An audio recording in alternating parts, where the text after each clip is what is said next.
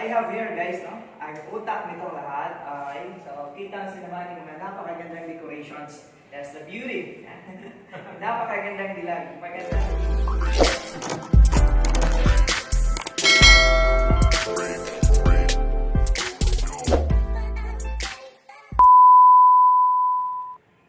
Alright, hello, what's up guys? Welcome back to Boryong TV. GOED. I'm right here at Cebu City Police Office.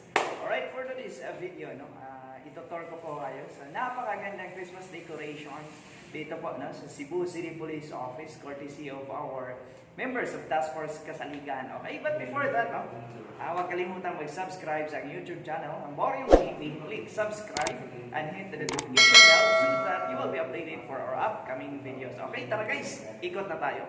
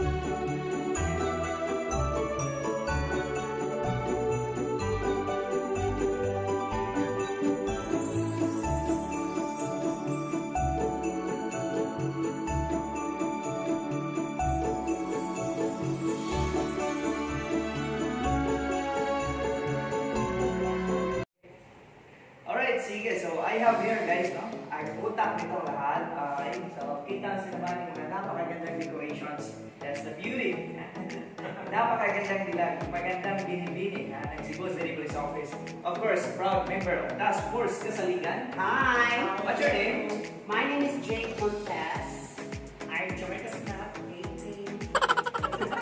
Alright, sige, so for almost 2 weeks or habang preparation, okay? So, what comes, so may mga inspiration to decorate mo this napakaganda, beautiful decorations made up of indigenous material, okay? Gagawin sa ito, ang interview na niya. Sige na, i-focus si Jake. Sige. So actually, nag-design ni Annie dili na itungod na nag-celebrate na sa ato ang Christmas, but nag-decorate ni itungod nga atong ipakita sa na ay pandemic at atong ipakita na ang decorations na symbolize siya as love niya, happiness, and of course di lang na-present sa itong mind nga kita na problema. And thankful sa mi nga gidawat ni diri sa CCPO as Task Force Kasaligan member, and we would like to thank also Sir si Pino Dilian sa iyang pagsalig na mo nag-decorate ni diri sa iyang office.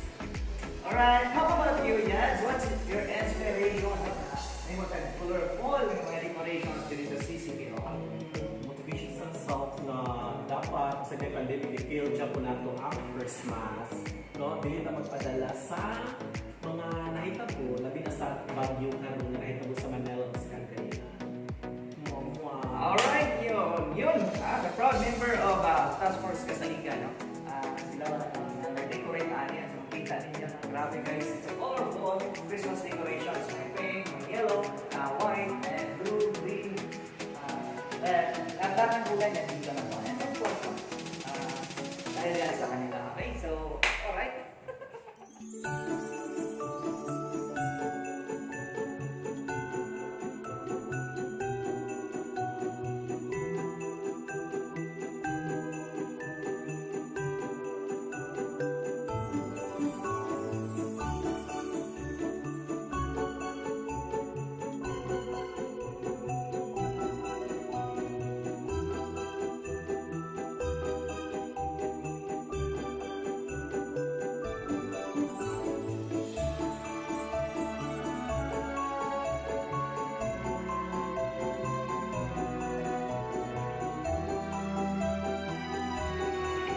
Yes, what's up guys?